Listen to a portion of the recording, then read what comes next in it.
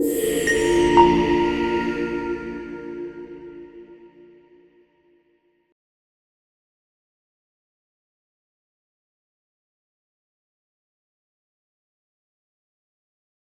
les bendiga a todos. De veras es un privilegio poder compartir la palabra de Dios cuando pusimos en nuestro corazón el poder venir este día para ser alimentados de su palabra. Pero lo mejor de todo es que no nada más pusimos en nuestro corazón querer estar en este lugar, sino preparamos nuestras vidas para poder estar. Y tuvimos este privilegio de poder cantarle, de poder reconocer su santidad, reconocer lo que es Él y decírselo. Y ahora vamos a estudiar la palabra de Dios. Y ahora nos toca esa parte de escuchar al Señor hablando a través del libro de Gálatas. Quiero invitarlos que nos pongamos de pie y vamos a hacer una oración. Vamos a pedirle que sea Dios el que hable. Y quiero pedirles un favor, ahí desde donde están. Vamos a pedirle cada quien, ahí en su corazón, ahí en donde están, que sea Dios quien hable, pero también que sea Dios que utilice mis labios para comunicar su mensaje. Es decir, que lo que vamos a escuchar hoy sea la palabra de Dios nada más. Que lo que hoy podamos aprender es lo que Dios está preparado para nosotros. Y eso es lo que quiero que le pidamos a Dios. Oramos. Gracias, Señor, por esta oportunidad, por este privilegio que nos das. Y sin duda es un privilegio de gran valor el poder estar compartiendo tu palabra, porque te has dignado en vernos y utilizarlo y utilizarnos para tu servicio. Solo queremos pedirte que seas tú quien en este momento hables a través de tu palabra. Tú conoces mis limitaciones, conoces quizá mis problemas personales que puede suceder que eso obstaculice la predicación de tu palabra. Pero aquí estamos, humillados delante de ti, reconociendo tu soberanía y sabiendo que este momento es el momento especial de estudiar lo que tu palabra quiere que nosotros vivamos, lo que tu palabra quiere que nosotros aprendamos. Señor, ponemos en tus manos estos momentos, que sea tu Espíritu Santo quien nos hable, que sea tu Espíritu Santo quien redarguya la vida de todos mis hermanos aquí presentes para atender tu palabra, para asimilarla y para vivirla. Gracias, Dios, por esta oportunidad y empezamos este mensaje en el nombre de Jesús. Amén. Tomen sus lugares. Como ya les dijo el buen Emanuel, hoy en este momento, a partir de este momento, estamos esperando el mensaje de Dios. Es decir, que los mensajes que les lleguen a sus teléfonos, a su WhatsApp, a sus redes, no puede ser más importante que el mensaje de Dios. Y no porque yo lo diga, sino porque el mensaje de Dios es el momento de escuchar la palabra de Dios. Entonces, nuevamente, recomendarles, ponemos en silencio nuestros dispositivos para que tengamos la oportunidad de no ser distraídos, porque este mensaje debe ser el más importante que los que puedan recibir en este momento.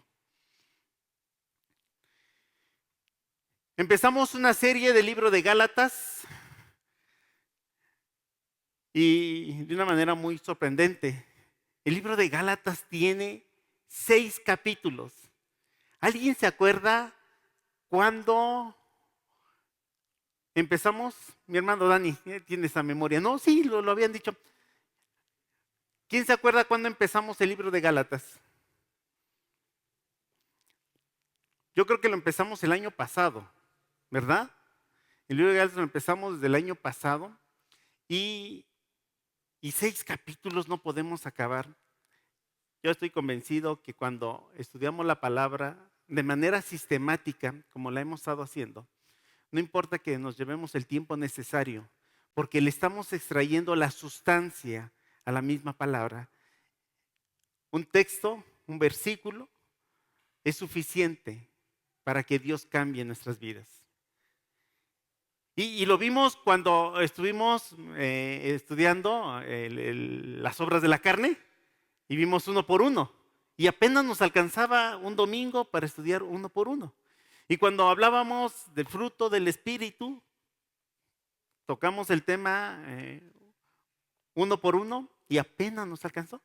Es decir, que el Señor, entre su mucha misericordia, una palabra, una frase, una oración, es suficiente para que sea alimento espiritual, pero aparte de ser alimento espiritual suficiente para que cambie nuestras vidas.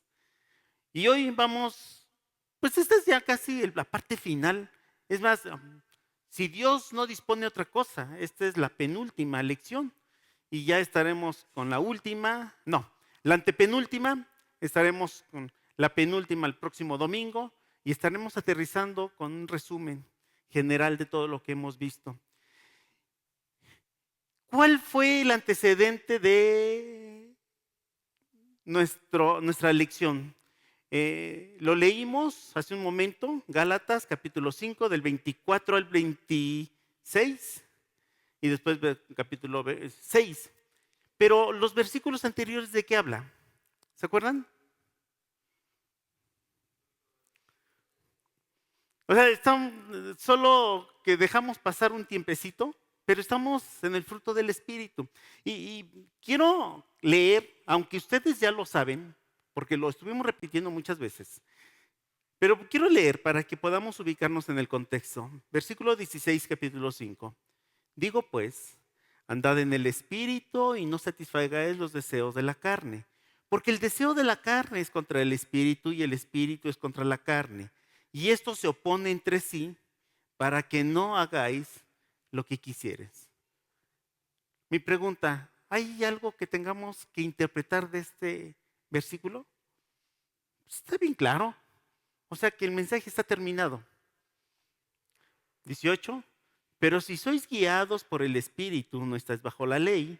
Y manifiestas son las obras de la carne, que son adulterio, fornicación, inmundicia, lasciva, idolatría, hechicería, enemistades, pleitos, celos, iras, contiendas, disensiones, herejías, envidias, homicidios, borracheras, orgías y cosas semejantes a estas, acerca de los cuales os amonesto, como ya os he dicho antes. Los que practican tales cosas, ¿qué dicen?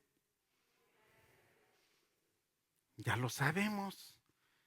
Pues entonces el mensaje está terminado. O sea, ¿hay alguna discusión en esto? Pues es claro. ¿Qué es claro? Pues todo, ¿no? Dice, los que practican tales cosas no heredarán el reino de los cielos. Y entonces, pues ya no tenemos más que decir. Y sigue. Mas el fruto del Espíritu es amor, gozo, paz, paciencia, benignidad, bondad, fe, mansedumbre, templanza. Contra tales cosas no hay ley. Y ahí nos quedamos. Estas cosas a mí me llamó mucho la atención cuando introducíamos al fruto del Espíritu. Se dijo, estábamos bien emocionados esperando esta parte. Bueno, para mí lo emocionante era todo. También lo emocionante era hablar de las cosas que es pecado delante de Dios, porque tenemos que aprenderlo para evitarlo.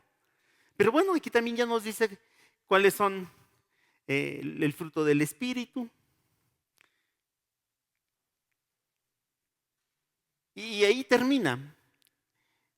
Mas el fruto del Espíritu es, y lo sabemos de memoria, amor, gozo, paz, paciencia, benignidad, bondad, fe, mansedumbre, templanza. Contra tales cosas no hay ley. ¿Y ahora qué sigue? ¿Qué sigue? Pero los que son de Cristo han crucificado la carne con sus pasiones y deseos. Si vivimos por el Espíritu, andemos también por el Espíritu. No nos hagamos vanagloriosos, irritándonos unos a otros, envidiándonos unos a otros. Seguramente el libro de Gálatas, capítulo 5 y versículo 24, tiene que ver con remarcar claramente la evidencia de una vida en Cristo. Es muy diferente ser religioso, es muy diferente ser evangélico desde hace muchos años, es muy diferente tener familia que es cristiana a tener una evidencia de una vida en Cristo. Y en Gálatas ese es el mensaje, la evidencia de una vida en Cristo. Y esto lo vamos a ver, Gálatas capítulo 5 del 24 al 26 y del 6 del 1 al 10. Aquí nos habla de esa evidencia que debemos ver, que debemos mostrar. La evidencia es lo que se ve, la evidencia es lo que podemos palpar, es una prueba irrefutable de lo que es una vida en Cristo. Y esta lección la vamos a tratar nada más en 2 temas. Es muy rápido, yo sí creo que nos vamos a llevar muy poquito tiempo, porque son 2 temas nada más. Andar en el Espíritu, capítulo 5 del 24 al 26, y la ayuda mutua, que es del capítulo 6 del 1 al 10. Y como ya lo leímos, quiero utilizar como base la Biblia, la NBI, porque me gusta esa traducción, es muy clara. Nuestra traducción de la Reina Valera nos dice lo que acabamos de leer y vamos a leerlo en la Reina Valera de esta manera. Porque los que son de Cristo han crucificado a la carne y sus pasiones y deseos. Si vivimos por el Espíritu, andemos también por el Espíritu. No nos hagamos vanagloriosos, irritándonos unos a otros, envidiándonos unos a otros. Andar en el Espíritu. Este es el primer tema.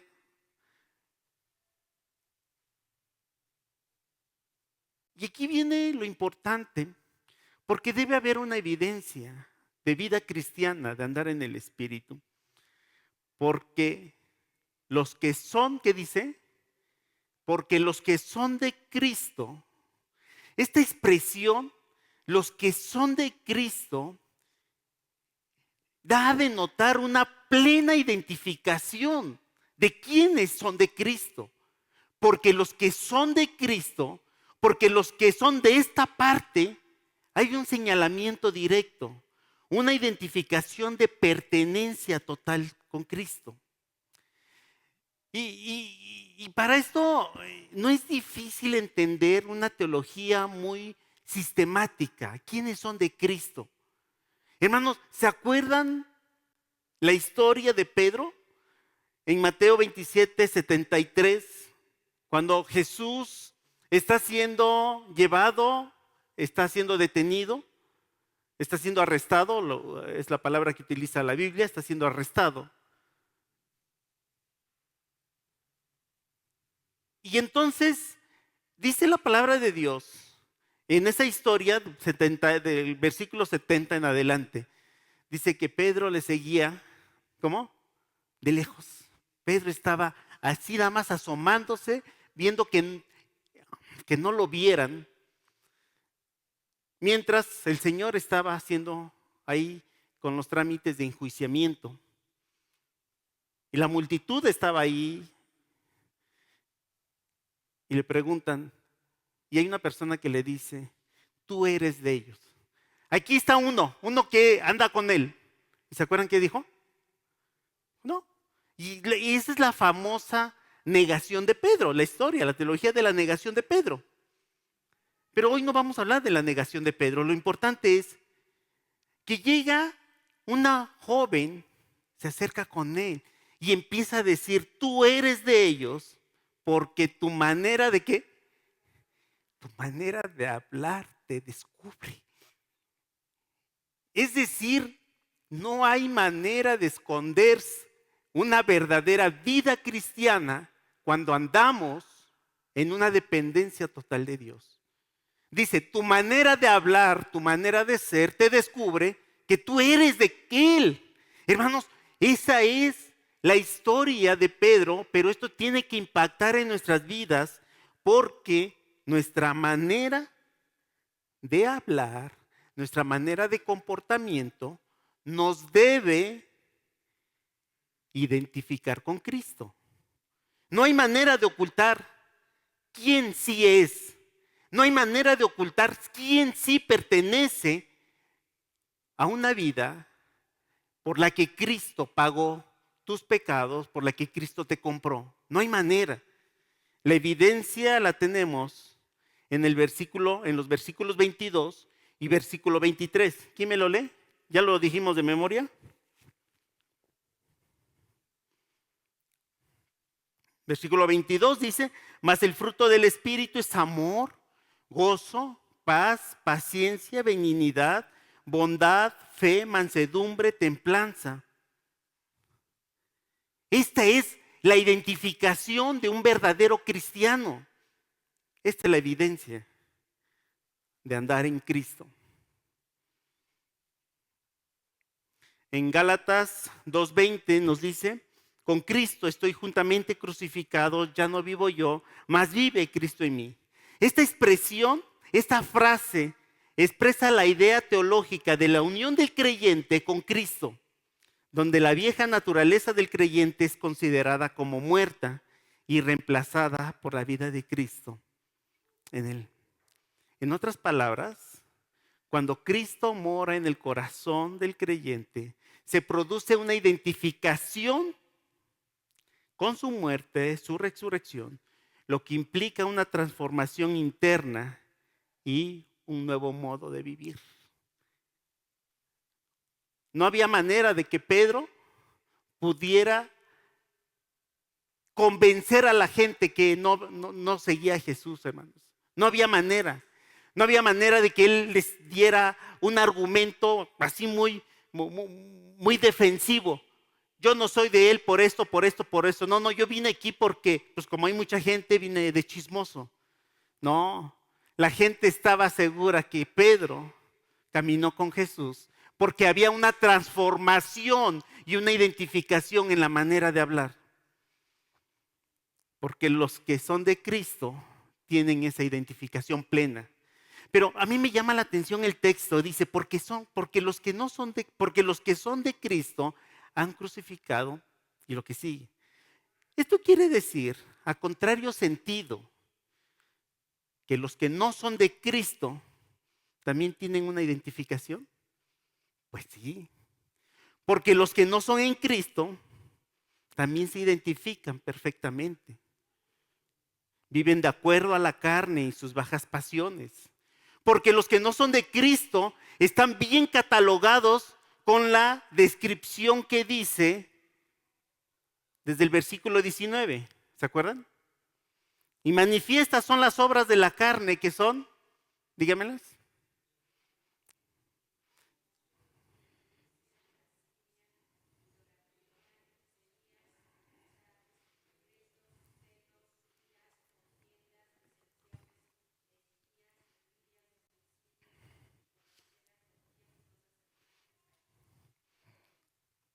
Los que no son de Cristo también se identifican así.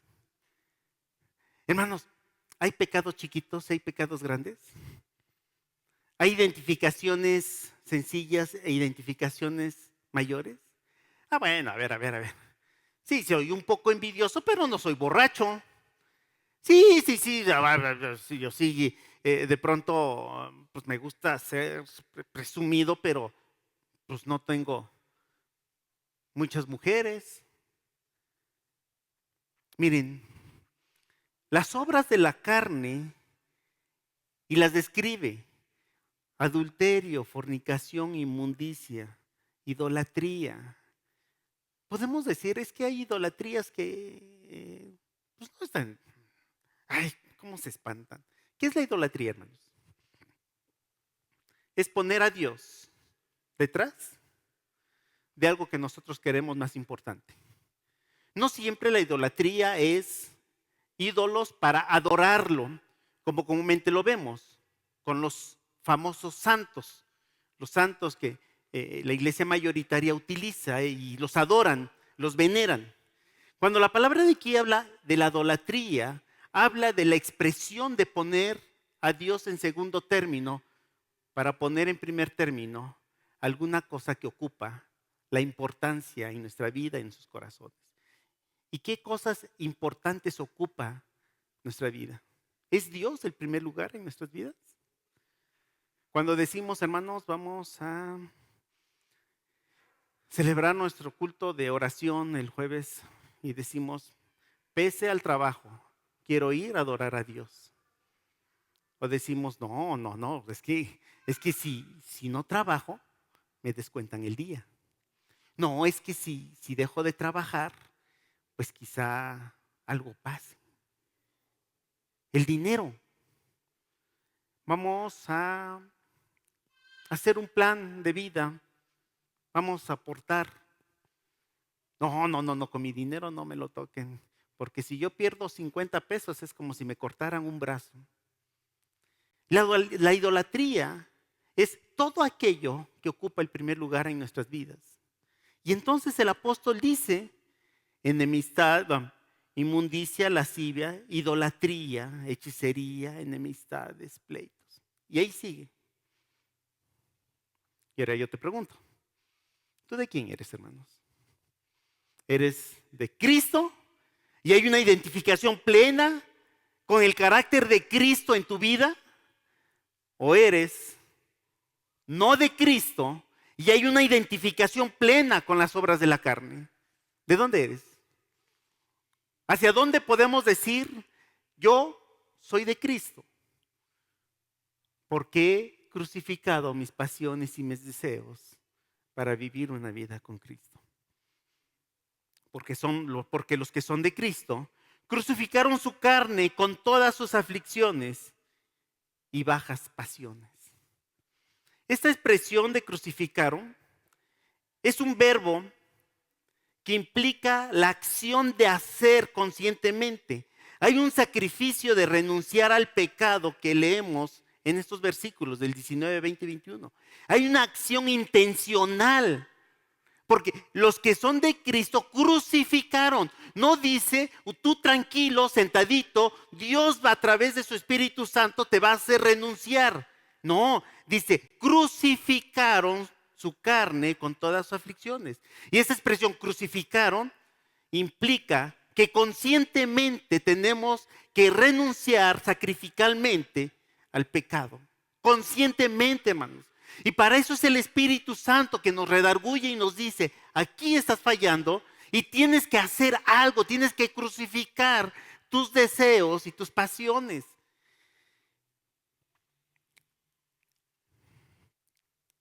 Probablemente no tengamos problemas aquí con el adulterio, pero ponte a pensar, hermanos, y examínate. ¿En tu vida has visto ese pensamiento de adulterio? Acuérdense que la Biblia dice, no tan solo se peca con hacerlo, sino desde que lo estás pensando, desde que lo albergas en tu corazón, ya estás pecando. Dice, cualquiera pues que viera a una mujer para codiciarla, ya nada más con verla para codiciarla, ya está pecando en su corazón. Así dice el mandato. Fornicación, lascivia, decíamos idolatría. Idolatría, hermanos. Es sorprendente porque muchos que nos llamamos ser cristianos anteponemos las cosas de Dios por otras cosas que para nosotros son importantes y eso se llama idolatría. O sea, para nosotros no vamos a tener ningún problema en tener un ídolo y adorarlo. Yo estoy seguro que nadie va a tener ese problema en poner un nichito y estarlo venerando. Esa parte el Señor ya superó en nuestra mentalidad. Pero ¿cuántas veces tenemos que idolatrar a nuestra familia? ¿Cuántas veces tenemos que idolatrar a cosas totalmente humanas donde Dios no puede compartir su gloria con esas cosas?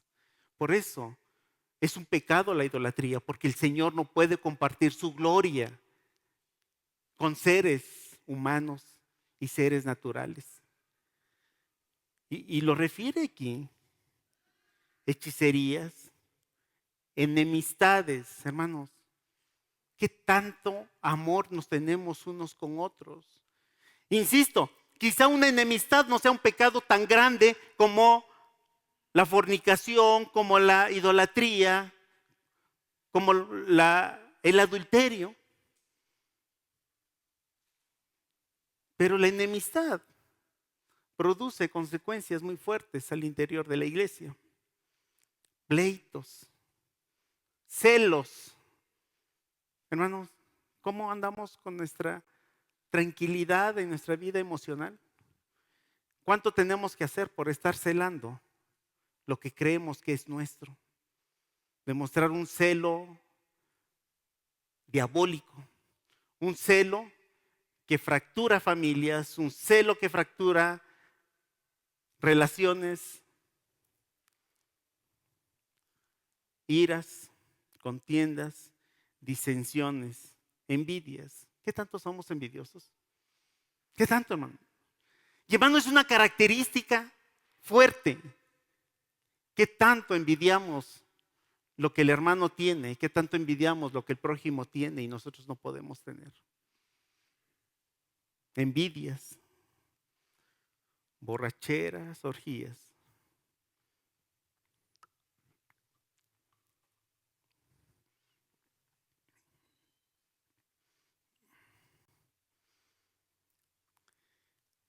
Esto quiere decir, hermanos, esta expresión de Gálatas, capítulo 5, del 19 al 22, no quiere decir que el cristiano no esté tentado a este tipo de cosas. Lo que sí quiere decir es que no nos tenemos que identificar con estas prácticas. Que si tenemos una identificación, tiene que ser con las prácticas de haber sido identificados plenamente con Cristo. Pero lo que sí es verdad es que a pesar de la tentación maligna, el Espíritu Santo da fuerzas, ¿para qué? Para no caer en ese pecado. Esto es lo que quiere decir. En Efesios capítulo 6 dice la palabra de Dios: fortaleceos en el Señor y en el poder de su fuerza, vestidos de toda la armadura de Dios, para que podáis resistir, para estar firmes contra, ¿qué? Las acechanzas del diablo. El diablo tiene mucho interés en tirarnos, en tener una identificación carnal. Pero tenemos un recurso que es la armadura de Dios para poder estar firmes contra las acechanzas del diablo. Miren, el diablo no pierde tiempo. Se le acerca a Adán, se le acerca a Eva. Primero a Eva y le dice: con que tu Dios te dijo que de ese árbol que comeres, que no debes comer. Yo te puedo decir que si lo comes, vas a conocer del bien y del mal. Miren la astucia del enemigo. Yo te puedo decir que se te van a abrir los ojos. Y hermanos, ahí tenemos la caída por la que hoy en día sufrimos, por esa separación entre Dios y su creación. Vemos al diablo queriendo tentar al mismo Señor Jesucristo. Y imagínense que en la creación había una comunicación bien estrecha entre Dios y Adán. Y el diablo fue capaz de destruir esa comunicación. Imagínense que el diablo sabía quién era Jesús y fue y lo tentó. Es decir, nosotros estamos exentos de que podamos ser tentados por Dios. Yo digo que no. Y porque no estamos exentos, tenemos que vestirnos de la armadura de Dios para estar firmes contra las acechanzas del diablo.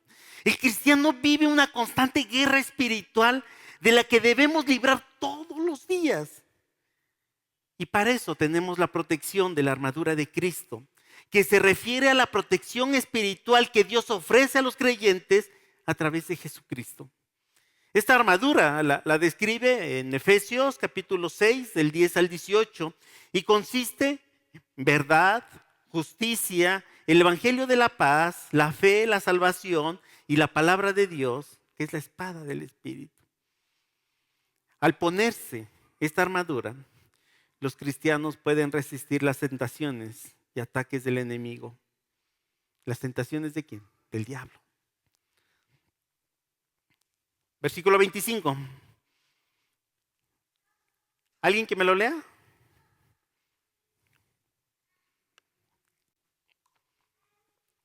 Alguien, versículo 25, ayúdeme.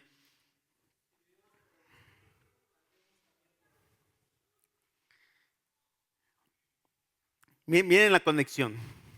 Pero los que somos de Cristo han crucificado a la carne con sus pasiones y deseos. Los que somos de Cristo crucificaron todas sus pasiones. Si vivimos por el Espíritu, andemos también por el Espíritu. Todos los cristianos, todos los creyentes, tienen en su interior la presencia del Espíritu Santo que mora en ellos, como el poder personal para vivir de forma agradable a Dios. Este verbo indica una acción continua. Si vivimos por el Espíritu, andemos también por el Espíritu. Una acción continua o un estilo de vida habitual. No es que ya lo hicimos en el pasado y hoy ya no tenemos que hacer nada. Si vivimos por el Espíritu, andemos todos los días, día a día, andemos por el Espíritu. Andar también implica progreso. A medida que el creyente se somete al control del Espíritu Santo, responde en obediencia a los mandamientos básicos de la Escritura. Cuando obedecemos a los mandamientos de la Escritura, hay un evidente crecimiento espiritual. Cuando todos los días nos esforzamos por obedecer la palabra de Dios, vamos a ver gradualmente el crecimiento. Dice el apóstol Pablo que tenemos que llegar a la estatura de la plenitud de Cristo. Y entonces de ahí la necesidad de estar viviendo, andando también por el Espíritu, para ir creciendo gradualmente a esa estatura donde el Señor viene por una iglesia perfecta. El Señor no viene por una iglesia enana, el Señor no viene por una iglesia que ignore sus verdades. Quiere venir y quiere encontrar una iglesia que le ame, una iglesia que entienda que su muerte y crucifixión vino a darnos vida eterna. El cristianismo tiene una relación permanente con el Espíritu Santo. El que tiene esa idea de que ya no pertenece a este núcleo donde practican las obras de la carne, sino pertenece a este núcleo donde vive bajo el Espíritu, sabe perfectamente que hay una relación constante. Y miren lo que dice en Romanos, no lo busquen, Romanos 8:9, y se los voy a leer en la Biblia, la NBI, porque esto nos da una idea mucho más sencilla. Dice, sin embargo ustedes no viven según la carne, sino según el Espíritu. Si es que el Espíritu de Dios vive en ustedes. Y si alguno no tiene el Espíritu de Cristo, no es de Cristo. Pero si Cristo está en ustedes, el cuerpo está muerto a causa del pecado, pero el Espíritu que está en ustedes es vida a causa de la justicia. Y si el Espíritu de aquel que levantó a Jesús de entre los muertos vive en ustedes, el mismo que levantó a Cristo de entre los muertos también dará vida a sus cuerpos mortales por medio de su Espíritu que vive en ustedes. Por tanto, hermanos, tenemos una obligación, pero no es la de vivir conforme a la carne, porque si ustedes viven conforme a ella, morirán. Pero si por medio del Espíritu dan muerte a los malos hábitos del cuerpo, vivirán. La frase del que no tiene el Espíritu de Cristo no es de Cristo enfatiza que la posesión del Espíritu Santo es fundamental para ser considerado cristiano. Si usted no tiene el Espíritu en tu vida, el Espíritu de Cristo en tu vida, el Espíritu Santo que mora y regenera y redarguye en tu vida, hermanos, no podemos decir que somos cristianos. Si aún practicamos una que otra de las características de la obra de la carne, que me dediqué un poquito en enunciarlo del versículo 19, si aún las practicamos, si hay idolatría, hechicería, enemistades, pleitos, si todavía eso está, y el Espíritu Santo no mora en su vida quien lo redarguye, no podemos decir que somos cristianos. Esta idea de que el que no tenga el Espíritu no es de Cristo,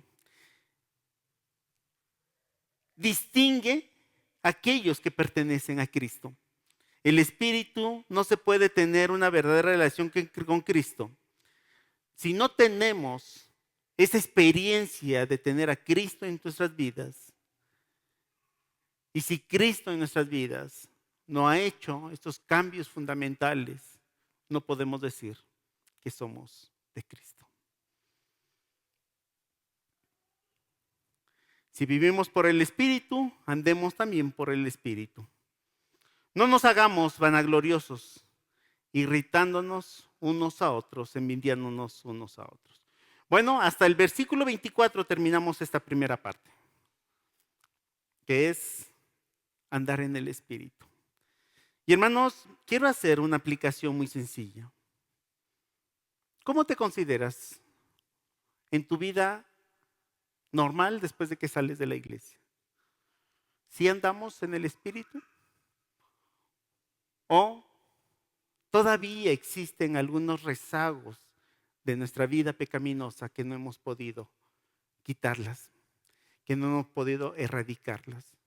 Y son muy claros, hermanos. Lean versículo 19, el versículo 21.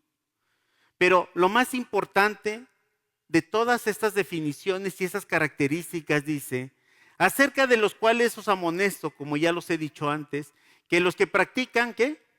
Tales cosas. O sea, no dice, aquí valoren ustedes qué es lo más fuerte, qué es lo más peligroso y lo menos peligroso. Dice, los que practican tales cosas no heredarán el reino de los cielos. Los que practican estas cosas no son cristianos. Los que practican estas cosas no son hijos de Dios. Los que practican estas cosas no pueden ser considerados nuestros hermanos en Cristo.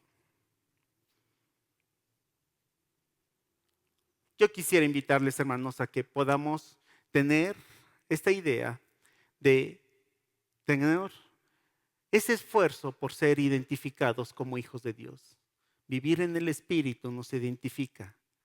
Vivir en el Espíritu nos hace decir, este es de ellos. Porque en su forma de hablar, ¿qué dice? Te delata. Al apóstol Pedro lo delató su manera de hablar. O sea, a nosotros nos debe delatar nuestra conducta y nos debe decir, no hay perdón. Ellos son cristianos. Ellos se parecen a Cristo. Y es que esa es la idea, esa es la expresión. Que Cristo more en nuestras vidas, que la gente vea a Cristo en nuestras vidas. La característica de Cristo, amor, gozo, paz, paciencia, esto debe salir de nuestras vidas. Si nos enfadamos, si rezongamos, si respondemos con agresión, así lo hizo Cristo. Quiero ver una vez en donde Cristo fue agresivo. Tenemos a una mujer que la encontraron, dice la Biblia, en el mismo hecho del adulterio. Hermanos, el pecado nunca estuvo presente con Dios. Y Dios siempre ha aborrecido el pecado y no puede existir. Si esa es la razón por la que teológicamente podemos explicar cuando Jesús está en la cruz y sintió el abandono del Maestro, el abandono del Dios eterno, y exclamó, Elí, Elí, ¿por qué me has desamparado? porque en ese momento Jesús estaba cargando todo el pecado del mundo y el Padre no podía ver a su Hijo con amor con todos esos pecados y por eso le dio la espalda. Y entonces el pecado no es algo que Dios lo abrace. Cuando Jesús le llevan a esta mujer samaritana, se enojó Jesús y le respondió así de feo: ¿te me vas al infierno de inmediatamente? ¿Qué le dijo? ¿Se acuerdan? Ni yo te condeno. ¿Qué le dijo? Vete, no peques más, no lo vuelvas a hacer. Estamos expuestos día a día al pecado. Ya no lo hagas, yo no te condeno. Y de ahí la necesidad del segundo punto, levantando al hermano caído. La ayuda mutua es el segundo punto, en donde si somos cristianos, si estamos caracterizados como hijos de Dios, tenemos que tener una actitud de vida cristiana y es la ayuda mutua. Capítulo 6, hermanos, versículo 1, hermanos, si alguno es sorprendido en pecado, ustedes que son espirituales, deben restaurarlo con una actitud humilde, pero cuídense cada uno porque también puede ser tentado. La necesidad de que el Hijo de Dios, el cristiano comprometido, ayude a su hermano. ¿Cómo? En primer lugar, levantando al hermano caído. Hace unas semanas, voy a decir un secreto, mi amor, perdóname. Hace unas semanas mi esposa se cayó y yo lo supe mucho después, porque ya se había caído. Y dio de esas caídas de las que muchos tenemos, y Dios quiera que no se vuelvan a tener, porque en esas caídas algunas personas se fracturan, en otras no pasa más de que dan la caída y pues se levantan, pero hay lesiones. Cuando vemos a alguien en la calle que se cae, ¿qué necesita? ¿Qué necesita el caído? Ayudarlo. Porque a veces la caída genera la inmovilización del lesionado y ya no se puede levantar. Y necesita entonces a un buen samaritano que lo agarre y lo levante. ¿Quién está exento de caer en la calle? ¿Quién está? Nadie está exento del pecado, hermanos. Nadie está exento de caer. Pero la primera responsabilidad de un creyente espiritual que procura restaurar a un hermano caído es ayudarlo. Esa es la primera responsabilidad. Así como vemos a una persona cuando se cae, solamente los inútiles, solamente la gente que no tiene esos valores, pues ve a la persona y hasta se ríe, ¿no? Y hasta les causa risa. Pero una persona con valores fuertes, profundos, ve a una persona que tiene necesidad, que se cayó, va y lo levanta y lo ayuda. Esta es la misma figura que utiliza esta expresión. Tenemos una responsabilidad espiritual de ayudar al hermano caído. Muchas veces se requiere esa ayuda para hacerlo parar. Y esa es la parte integral de la disciplina en la iglesia, es ayudar al hermano caído para que vuelva a ponerse sobre sus pies, en tanto en el sentido espiritual y en el sentido moral. Si hay un hermano que ha caído, tenemos que ayudarlo a levantarse y que se ponga de pie.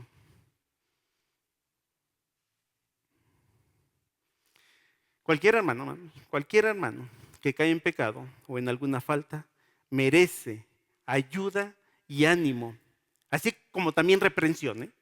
O sea, no le vamos a apapachar, no le vamos a decir felicidades, eres un guerrero porque rompiste las reglas. No, hermanos, pero sí necesitamos levantarlo, ayudarlo, darle ánimo espiritual, pero también reprenderlo. Dice el texto, hermanos, si alguno es sorprendido en pecado, da a entender que la persona fue vista mientras cometía la falta, la cual implica una culpabilidad, una responsabilidad sin lugar a dudas. Si alguno es sorprendido en pecado,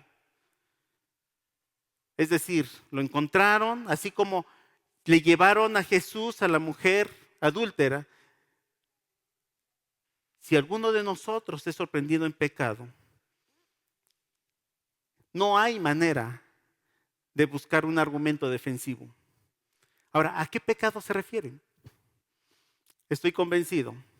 Cuando el apóstol Pablo estaba escribiendo Gálatas, porque estaba tratando de refutar, tratando de decirle a los hermanos de Gálatas que las enseñanzas que estaban recibiendo y estaban rompiendo con la doctrina del apóstol Pablo era porque no había una evidencia de la vida cristiana, más bien había mucha carnalidad a pesar de ser tan estrictos. Y entonces yo creo que cuando dice, cuando alguno es sorprendido en pecado, en alguna falta, se refiere a estas faltas del versículo 20 al versículo 21 del capítulo 5. Hermanos, ¿cuántas veces hemos visto a los hermanos en faltas de ese tipo? Y no los reprendemos.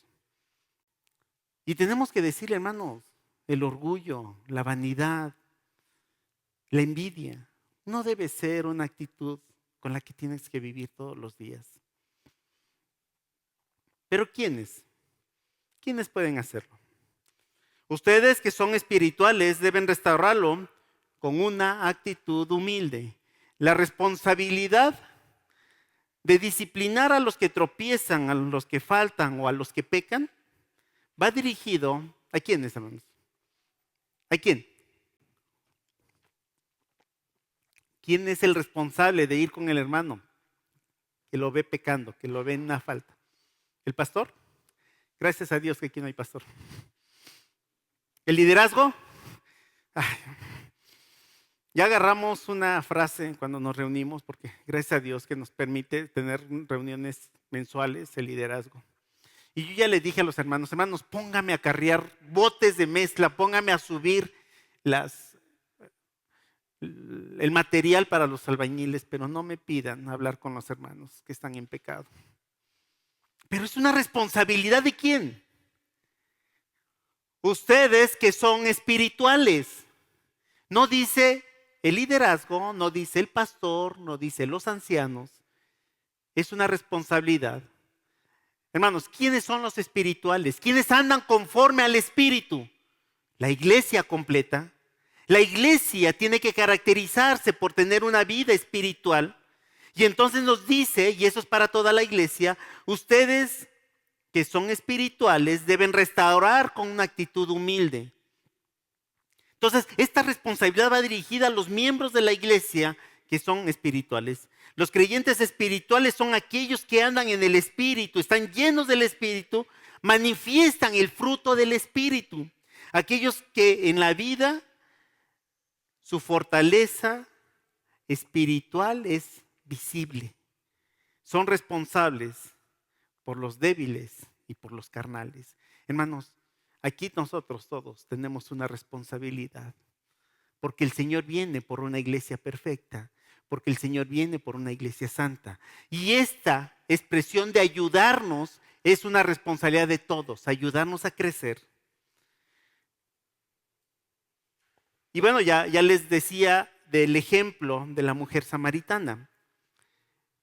Cuando Jesús la mujer adúltera, cuando Jesús tiene a la mujer, no utilizó la ira.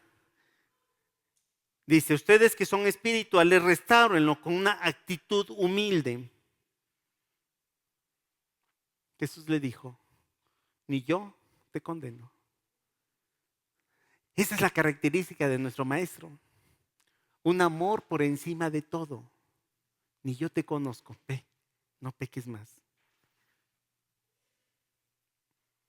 En ese momento Jesús mostró una actitud amorosa, que esa es la actitud que todos los cristianos debemos de tomar. Al ver a un hermano caído, esa es la actitud. Con mi hermano caído, tengo que decirle, mi hermano, aquí están mis brazos, para que abandones tu pecado y ven, vamos a restaurarte. ¿Qué vamos a hacer?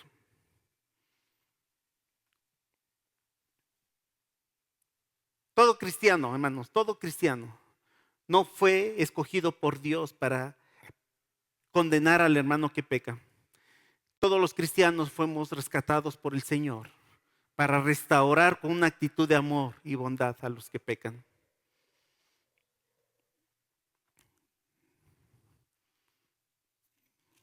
Seguimos. Y dice, considérate a ti mismo, no sea que tú también seas tentado.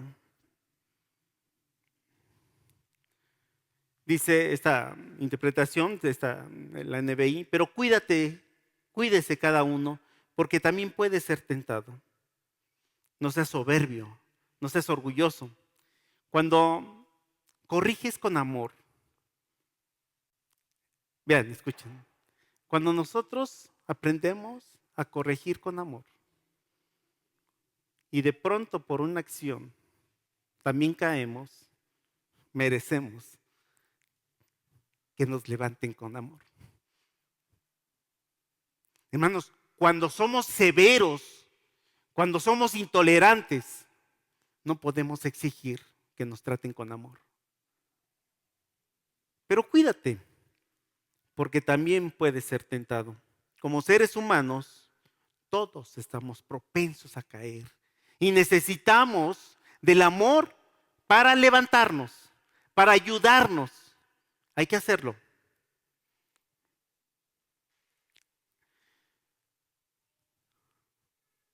La ayuda mutua la vamos a ver levantando al hermano caído. Pero en el versículo 2 vamos a ver sosteniendo al hermano caído. Dice, ayúdense unos a otros a llevar sus cargas y así cumplir la ley de Cristo. La segunda responsabilidad de un cristiano espiritual que busca restaurar a un hermano es ayudarlo a mantenerse en pie. No nada más lo levantamos y nos vamos. Ya, que se vaya. Ya hice mi obra de caridad. Ya lo levanté. Necesitamos ayudarlo a que se levante, pero también a que se ponga de pie. Si algún hermano cae, hay que restaurarlo y hay que dedicarle tiempo para que siga de pie, siga confiando en la promesa de Dios, siga leyendo su palabra y siga madurando su relación con Cristo.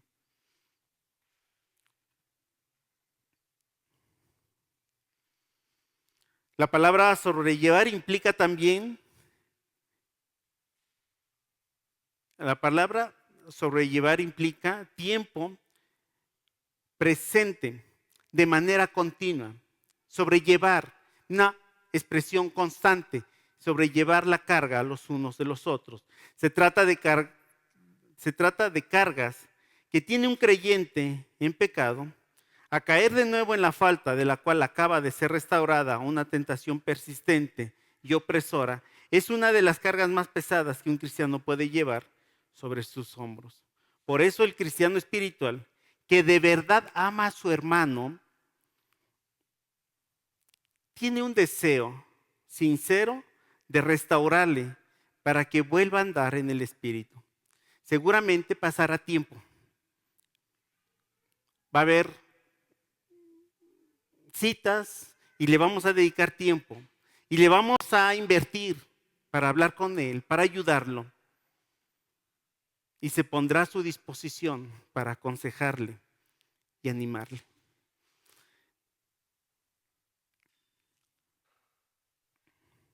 Ayúdense unos a otros a llevar sus cargas y así cumplir la ley de Cristo.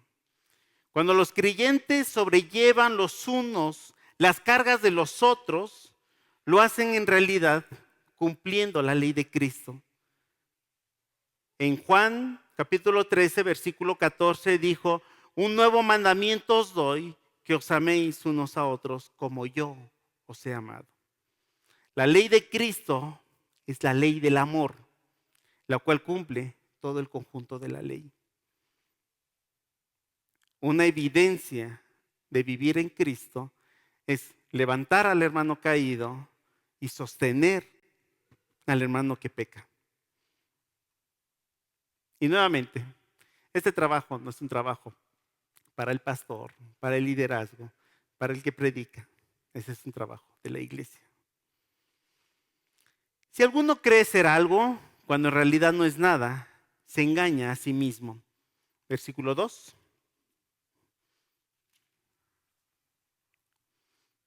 No, 3. Porque el que se cree ser algo, no siendo nada, a sí mismo se engaña. Y es que es una de las razones que muchos cristianos no ayudan a su hermano. Esa es la razón por la que algunos cristianos no se atreven a ayudar a su hermano, porque creen tener un grado de espiritualidad más arriba y no quieren contaminarse. Y por eso el apóstol dice, si alguno cree ser algo, cuando en realidad no lo son, se engaña a sí mismo. El que se siente superior a los pecadores en su error, creen ser algo en cuanto al nivel de espiritualidad, cuando la verdad es que como no son nada, al igual que los fariseos, lo que les preocupaba no es la justicia verdadera de Dios que da y que solo viene a través de la humildad, sino la justicia que se arrogan a sí mismo. Su deseo no es ayudar a un hermano que tropieza, sino a juzgarle. Por eso la Biblia dice, si alguno cree ser algo, aun cuando en realidad no lo es, se engaña a sí mismo. Hermanos, necesitamos tener una actitud de humildad para ver la necesidad del hermano caído y levantarlo, no presumiendo nuestra espiritualidad. Porque dice más adelante, no sea que tú también estés en la misma situación. El engreimiento puede coexistir con la moralidad externa. Me siento superior, yo sí me siento espiritual, yo no hago esto como estos. Pero no puede existir. Un hermano espiritual no puede ser engreído cuando tiene una vida llena del Espíritu Santo. Porque una vida llena del Espíritu Santo da humildad y da valor para ayudar al hermano con amor, levantarlo y restaurarlo con amor. Y particularmente creo que el engreimiento es un pecado que existe y ocupa en algunas iglesias y que Dios abomina, porque si tenemos el ejemplo de Cristo de humildad, no hay ningún ser mortal que atraviese esa humildad. Más bien, nuestro servicio es ayudar al caído, ayudar al que pecó. No nos corresponde criticarlo ni nos corresponde juzgarlo, nos corresponde levantarlo. A ver, cuando se cayó la señora, le dijimos, ay señora, ¿para qué se pone zapatillas? Ay, ¿por qué pusieron esta piedra aquí? No, hermanos, cuando se cayó la señora, lo que debemos hacer es levantarla, sostenerla, que no te importe si la hermana traía sus zapatillas grandísimas o si era la primera vez que los usaba. Lo que importaba es levantarla. Versículo 4, cada cual examine su propia conducta y si tiene algo de qué presumir, que no se compare con nada. Someta a prueba su espiritualidad. El creyente primero debe estar seguro de que su vida personal es recta delante de Dios antes de ofrecer ayuda espiritual a otros. Un ciego no puede guiar a otro ciego. Por eso la necesidad de vivir en el Espíritu para estar al pendiente de mi hermano que peca. Cuando somos ciegos espirituales, estamos exactamente en la misma posición de ser candiles de la calle y oscuridad de la casa, queriendo restaurar al hermano que pecó cuando nosotros estamos peor. La primera responsabilidad de un creyente consiste en examinarse primero para estar seguro que sus propias actitudes, su vida, son correctas delante de Dios antes de tratar de suministrar ayuda espiritual a otros. Y entonces, cuando nosotros pusimos en ese examen nuestra vida, podemos servir a la iglesia, servir al hermano, ayudarlo.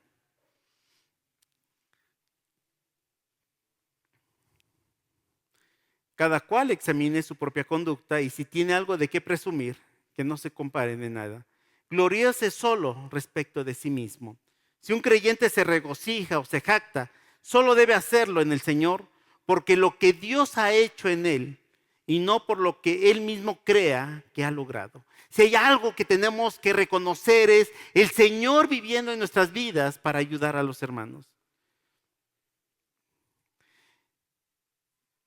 Versículo 7 dice, no se engañen, de Dios nadie se burla. Cada uno cosecha lo que siembra.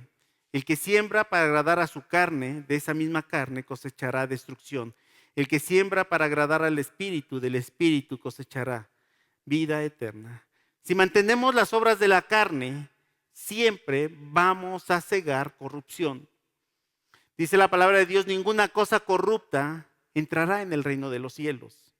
Los que practican tales cosas, lo decíamos o lo repetíamos en los versículos 19, los que practican tales cosas no heredarán el reino de los cielos. La vida sin Cristo es una vida de muerte. ¿Y cuál es la característica de una persona muerta o de un ser muerto? ¿Qué es lo primero que vemos cuando vemos un animal muerto o una persona muerta? Y lo vemos, la casa de ustedes está a una cuadra del anfiteatro. Ahí están los muertos. ¿Saben qué es lo primero que identificamos cuando llegan los muertitos? Un olor nada agradable, una peste. Dice, el que siembra para agradar su carne, de esa misma carne cosechará corrupción, cosechará destrucción. Con Cristo sí tenemos vida. Con Cristo nuestra vida no apesta, nuestra vida no huele mal, nuestra vida la transforma para honra y gloria y nos ha hecho vasos para su servicio. Dice la palabra de Dios, Él nos dio vida juntamente con Cristo cuando estábamos muertos en nuestros delitos y pecados. Es decir, que cuando sembramos para agradar a la carne, cuando sembramos para encontrar satisfacción en nuestras vidas a través de esas cualidades carnales, lo único que vamos a lograr es corrupción. Pero cuando sembramos para agradar al Espíritu, vamos a cosechar vida eterna. Él nos dio vida juntamente con Cristo cuando estábamos muertos en nuestros delitos y pecados. No nos cansemos de hacer el bien, porque a su debido tiempo cosecharemos si no nos damos por vencidos. Por lo tanto, siempre que tengamos la oportunidad, hagamos bien a todos y en especial a los de la familia de la fe. La vida del creyente constituye un privilegio único para servir a otros en el nombre de Dios. Es un privilegio podernos servir, hermanos. No nos cansemos de hacer el bien, principalmente a los de la casa, principalmente a los de la familia de Dios. Nuestro amor por los hermanos es el resultado básico del amor que tenemos por Dios. No podemos decir que amamos a Dios, que no lo vemos, y a nuestros hermanos que lo tenemos, no lo vemos. La expresión máxima de amar a nuestros hermanos es la prueba de que estamos amando a Dios. No nos cansemos de hacer el bien, particularmente a los de la casa de Dios. Hermanos, esto es lo que el apóstol Pablo le estaba diciendo a los hermanos en Gálatas. El apóstol Pablo estaba muy molesto para poner en regla esas herejías que se habían hablado, que se habían introducido en la iglesia de Gálatas. Pero ya capítulo 5 y capítulo 6, como que le bajó un poquito y lo único que quiere es decirles, tenemos una responsabilidad como cristianos y tenemos que vivir la vida de Cristo en nuestras vidas. La vida de Cristo ayudando al hermano caído. La vida de Cristo animando al hermano caído. Y la vida de Cristo reflejando el fruto del Espíritu como cristianos. Oremos. Gracias Dios por la oportunidad de estudiar tu palabra.